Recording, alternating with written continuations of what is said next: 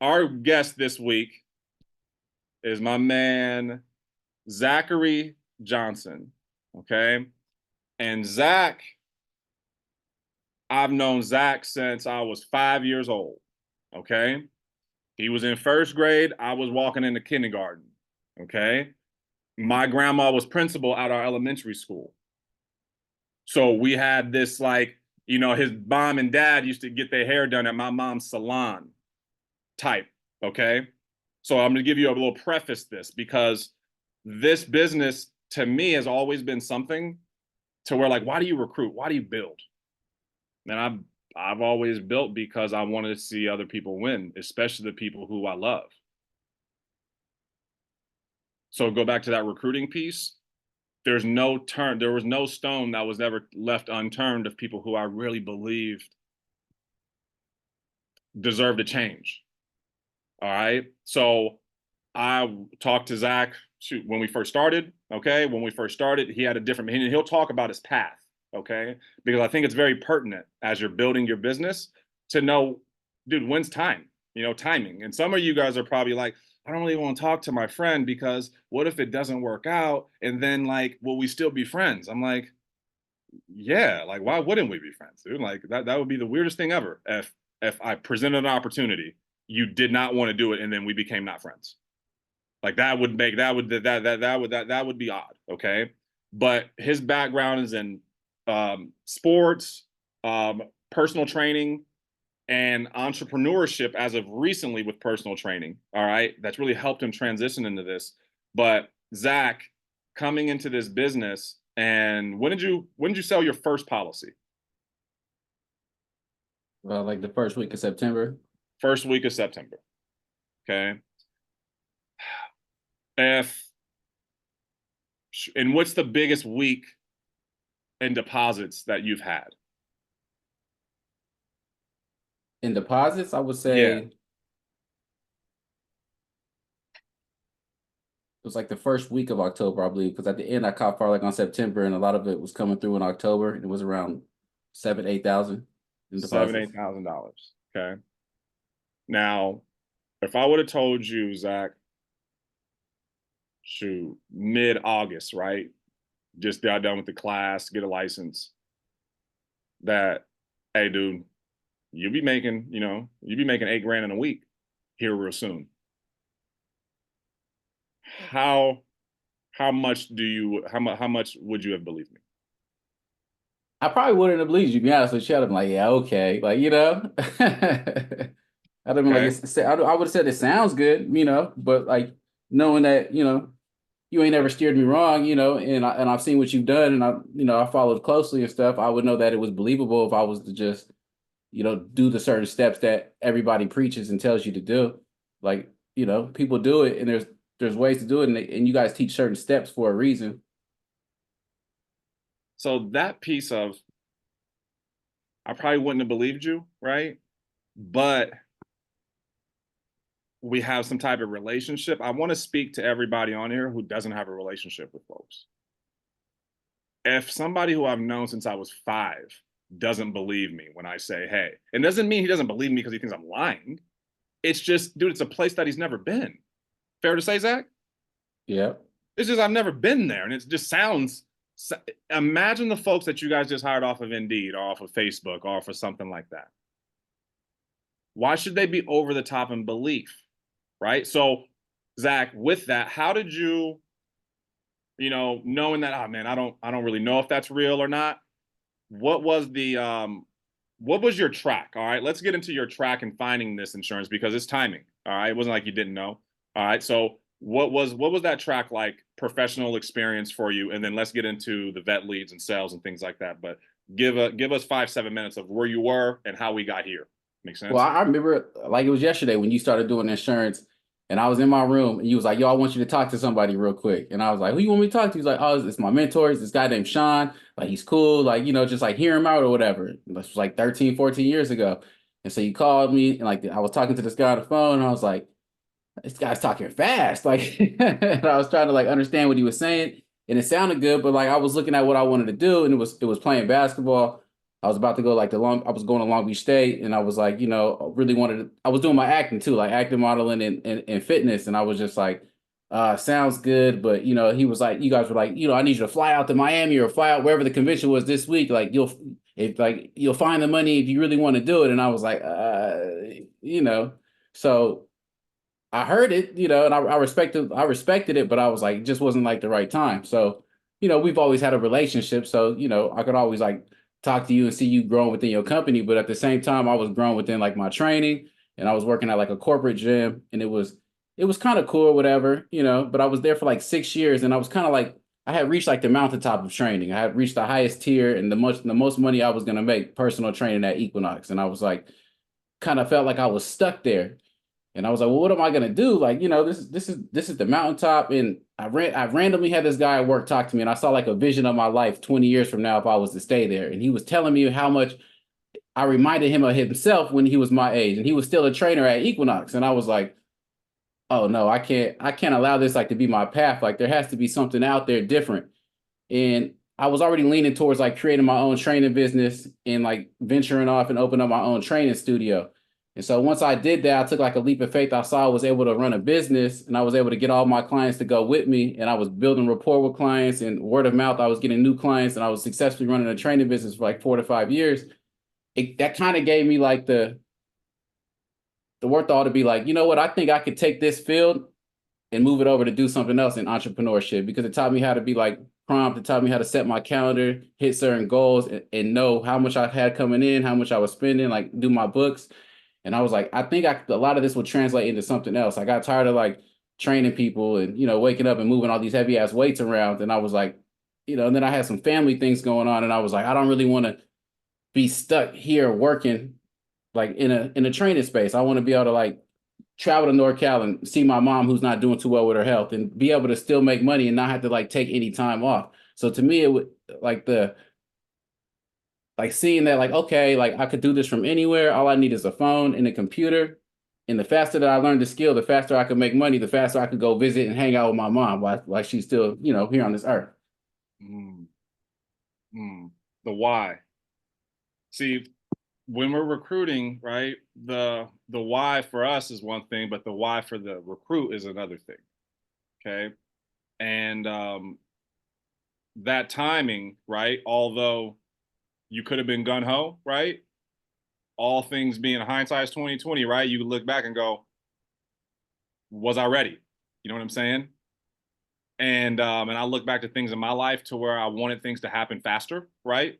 And then I look back and go, I wasn't even ready for that at that time. Makes sense? Like there's a Mhm. reason that didn't happen. So that transition from I'm working at Equinox to now I'm 100% independent, but in a field that I know, right? It was scary jumping W-2 to 1099, but you were confident in your skills. Absolutely. Okay. And that transition from now I'm confident in my skills to now I'm confident as a business owner. Now I'm confident as an entrepreneur. All right, let's take this step. Makes sense? It's all timing. And if somebody on here, y'all got somebody who it's timing. I promise you, it's timing. All right. And it's not that they don't, or there has never been no shade at all. There ain't never been no nothing. It's always been love. All right.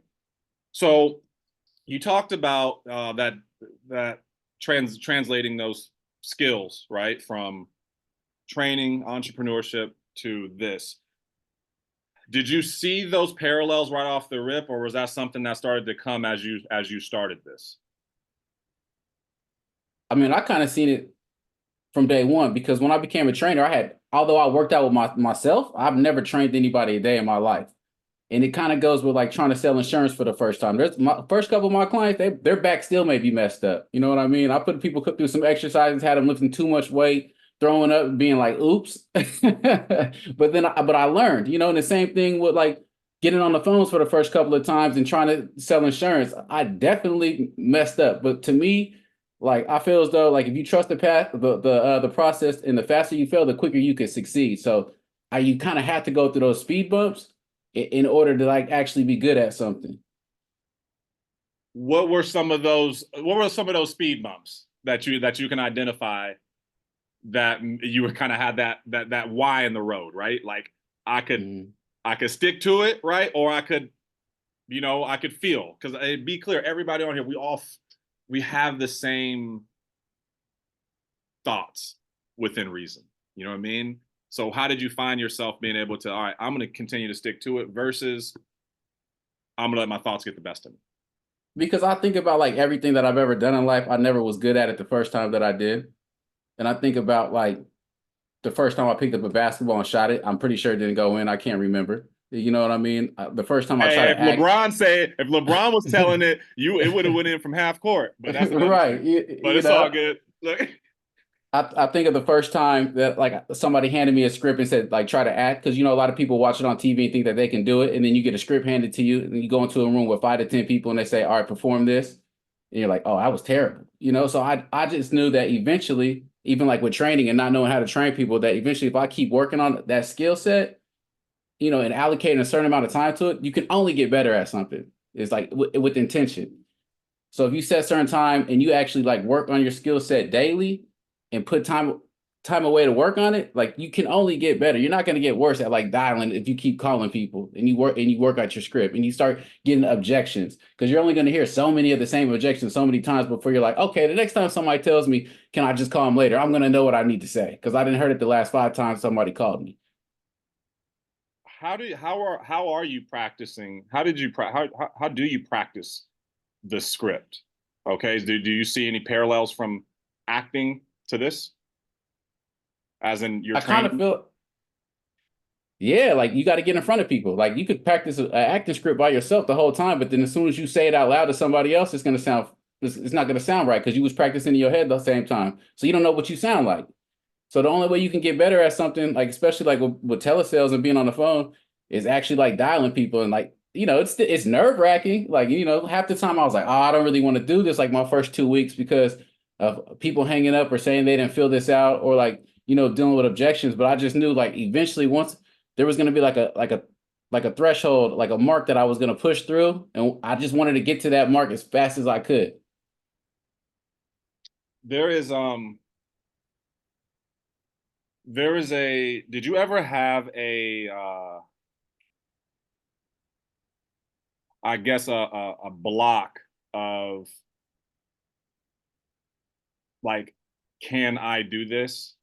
Yeah, and it's funny because I credit like a lot of like being in like the live dials and with the like Clint, Marisa, Heather, Bryce, Rami, Christina, like being able to hear people on the phone who sell like a lot of like training, and just like even if I'm not unmuted, hearing what they're saying, you know what I mean, and picking up a few different things and being in the new agent training 3, 4 times a week and doing all of the classes. And then one time Bryce was like, like you're not trying hard enough if you feel like this isn't for me. And like when he said that, it clicked. I was like, oh, that okay. So like I'm not the only one that feels like this. You know what I mean? Like that's just another step in the right direction. Is feeling like I don't know about this. Because if he went Mm. through this and you went through this, and I see the success you guys have, then that's just another step that I just need to hurry up and a hurdle I need to hurry up and get over because it's the same exact thing y'all went through.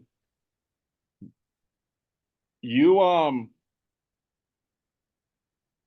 this there's a thing that I didn't hear you say, and I'm just more curious to know if you felt this way. Um, did you ever have a feeling that like when you started the training or whatnot that, yeah, man, that script stuff, cool, but man, I want to know more about the insurance. Like I want to know more about, you know what I mean, the actual sell and the product. Okay. You never said that. Okay. Like I'm just letting you never said that. But that's a big thing that we hear a lot. Okay. Is yeah, that script part, like, hey, yeah, I got all that. But what about the quoting calculators? What about this? What about that? Did you internally fight that, or did you just trust the process and going, that stuff don't matter? Let me just do this. What was that? What was that like for you?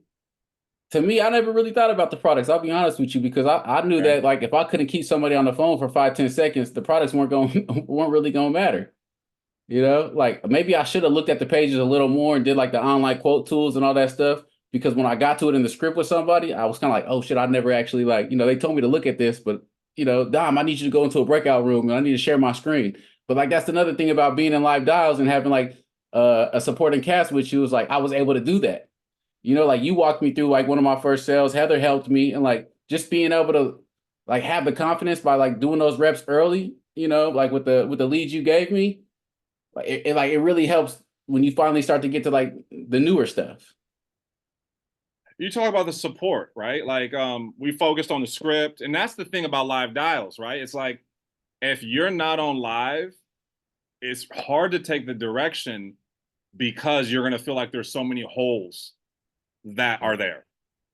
You're Like going to my be like, first five, six yeah. sales, if I wasn't on live dials, wouldn't have sold them. Yeah.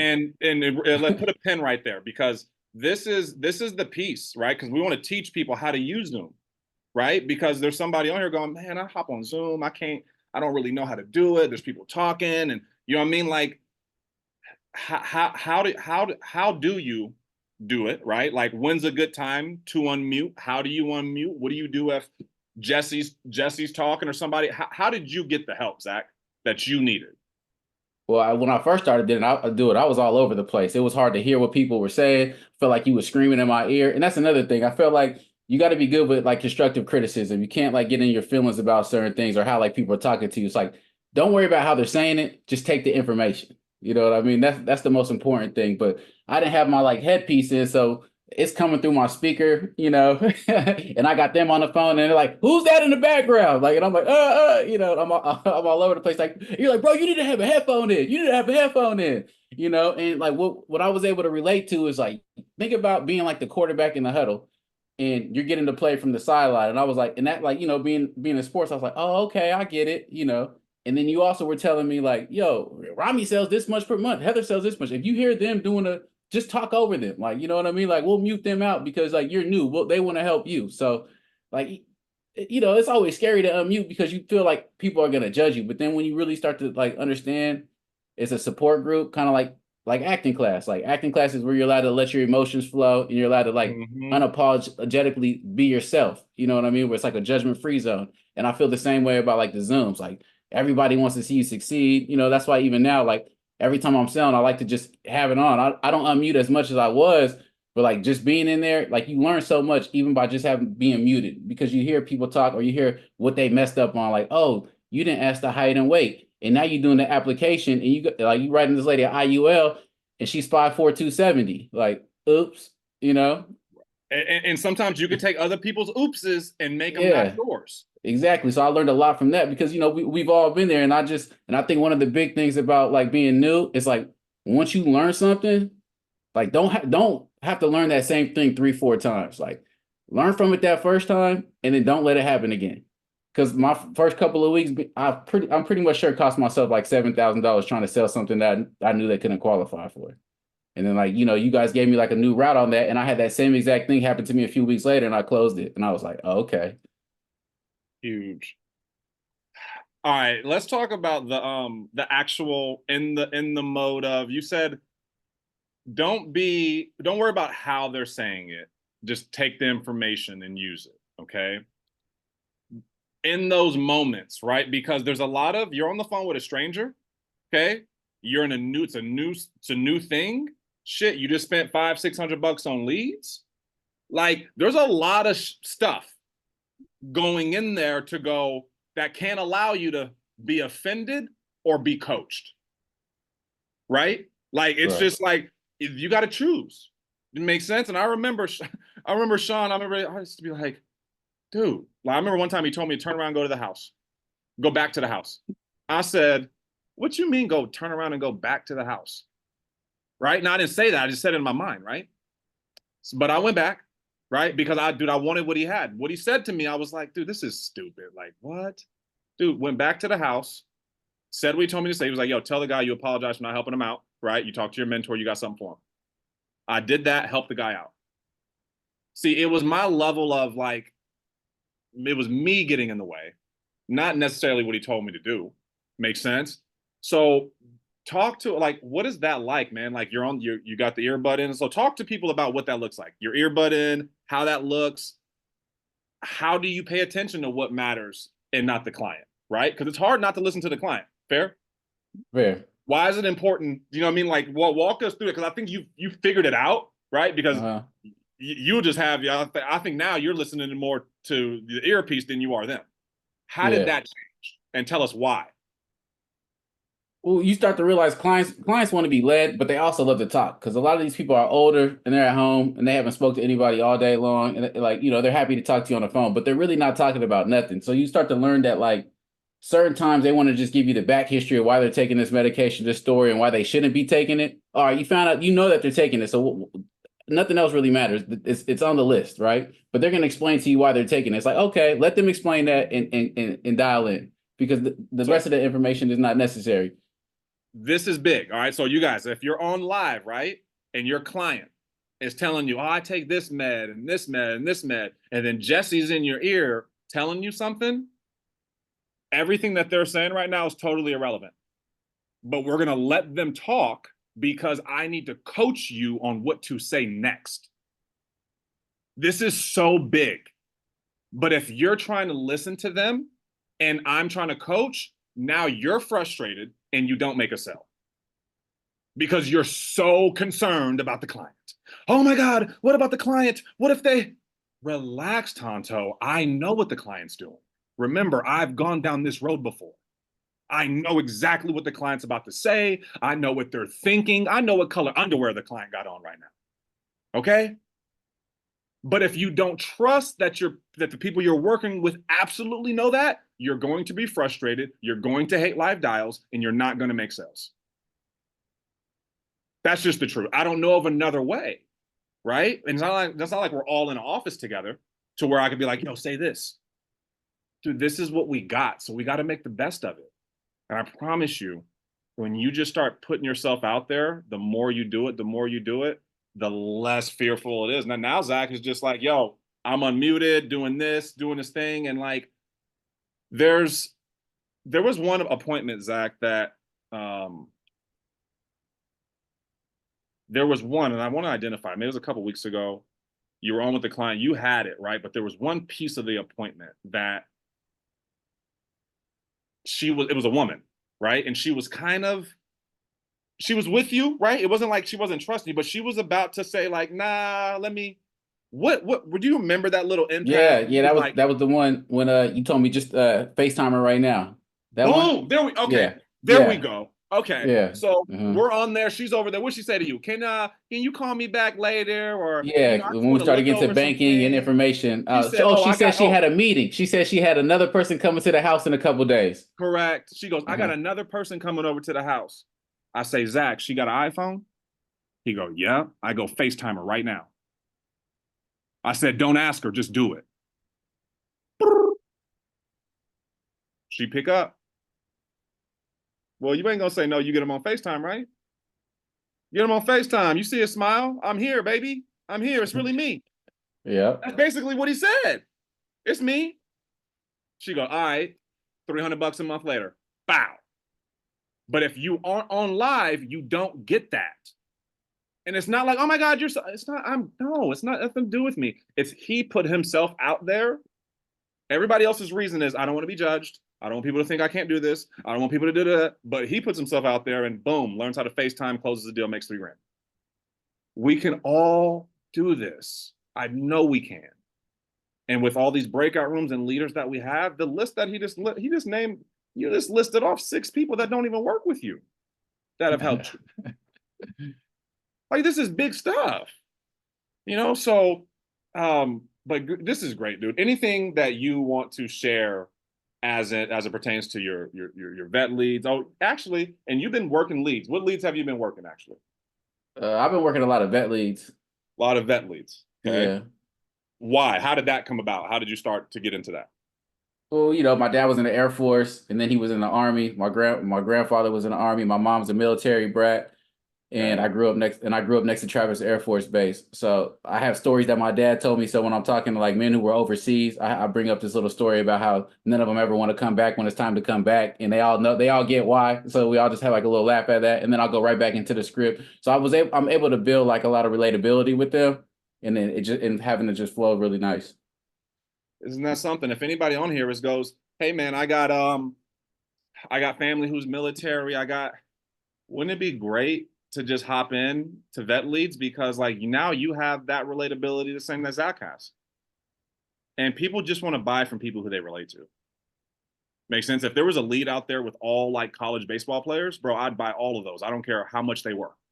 Right? You'd be like, oh, I got this $100 lead. They all play college baseball. I'm like, hell yes, send it to me. Like, I don't even know if they want insurance yet, but hey, we'll get them to want insurance. We got you. Makes sense, because common ground allows everything else to come. You know, so vet leads. How much are you investing per week on leads? Okay, and kind of where are you now, man? We're about 60 days into the program, right? This would be your first month, +1,000. What are you what are you looking at lead wise and things like that to like, you know, growing this? How much do you invest? What are the things that you're looking to change to get this thing Well, running? one thing, that really been trying to do is like be intentional with my time, because I still own my gym. Like right now I'm trying to like filter out my clients and just have that training space for other clients. So I'm still working like pretty much 3 days a week right now. But I've been spending about like $1,000 a week on leads, and it took me a minute to get there, because when you starting off, like you're buying leads, but it doesn't. It's kind of scary still. Like you buying leads, and it's scary because you're like, oh, I don't know, I'm spending 1,000, but what if I don't make it back? And the sooner you can get over that worry, and the sooner like you build the confidence in yourself that like that's okay. Like even if I just sell one and make my money back, it's fair game for the next one that I'm gonna sell 2, 3, 4 or whatnot.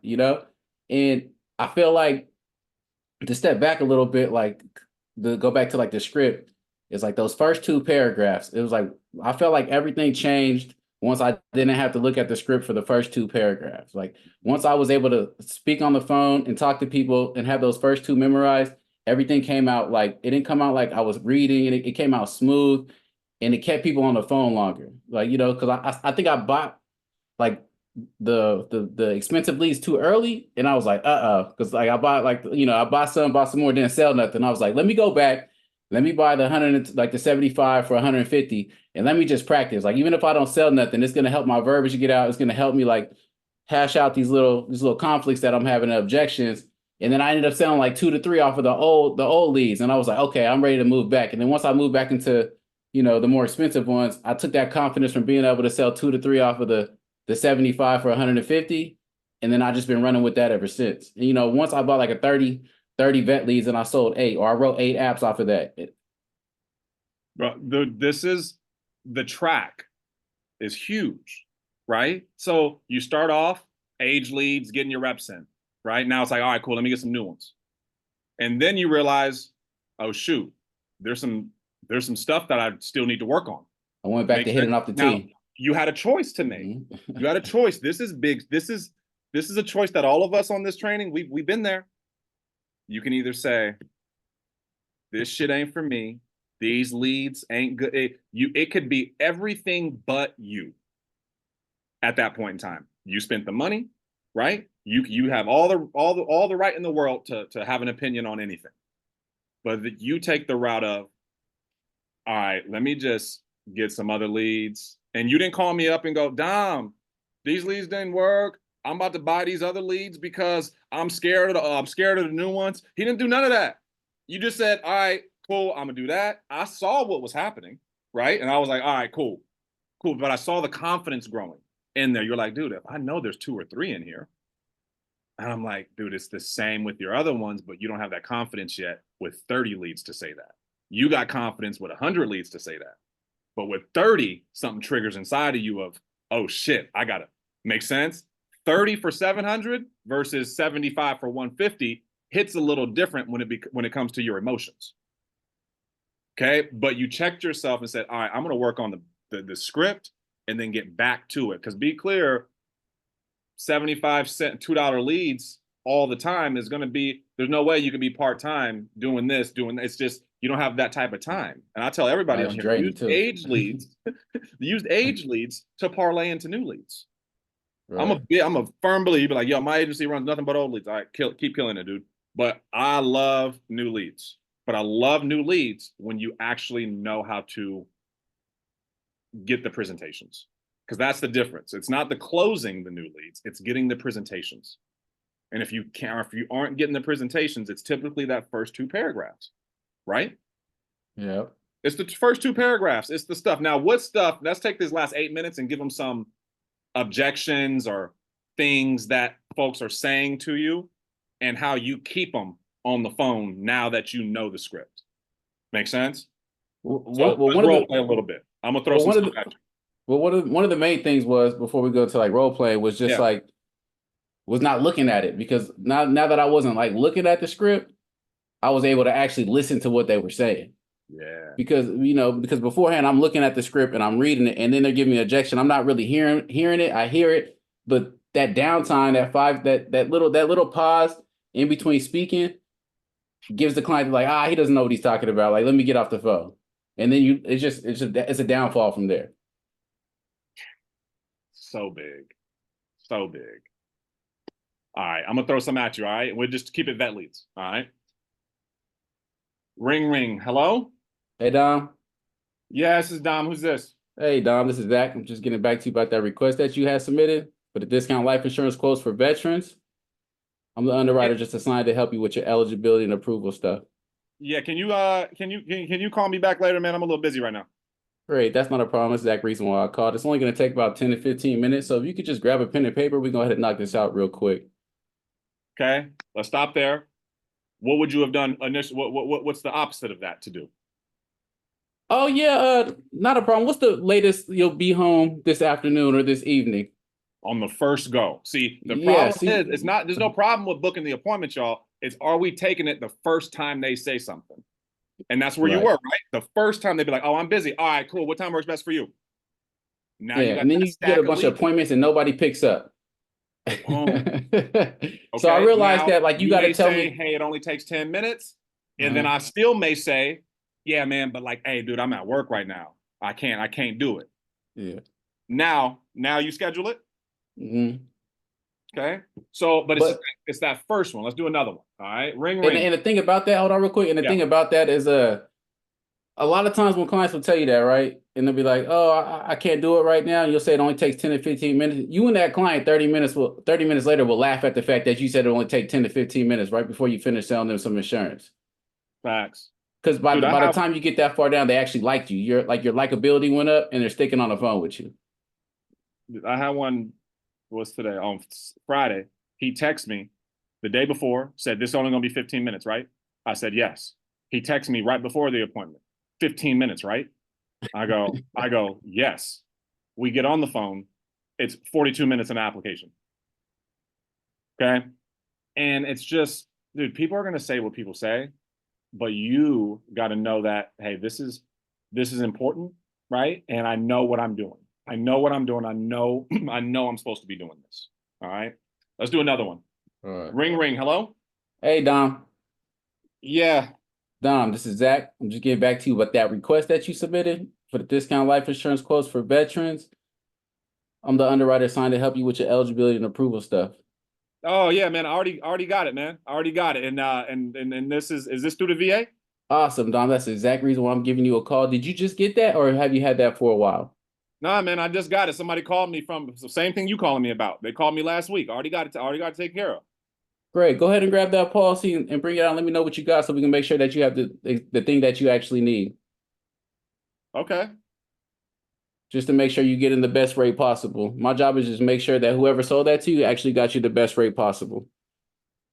Gotcha. And I'm staying on the phone. Okay. Versus before, what would you say? Oh, they Hey, did? already got something. Yeah. Oh, okay. Well, great. Are you happy with it?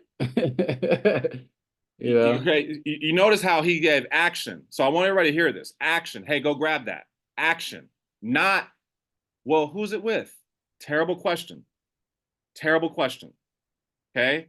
They need action. All right. So, hey, go grab that real quick.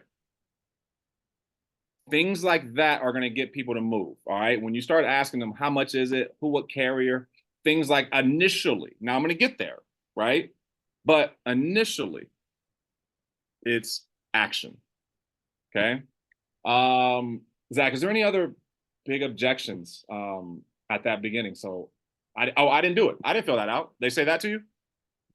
Not so much on the vet leads, but like when I was Okay. calling the other ones, and then I would just like, if it was the other ones, I would just say their beneficiary, but then I would back it up with the date of their birth, and then just tell them to grab a pen and paper. Because once you list more than one thing that they actually is correct, like the beneficiary and their date of birth, it's kind of like you have them in a in a position that like where they say they didn't fill that out, it doesn't make any sense.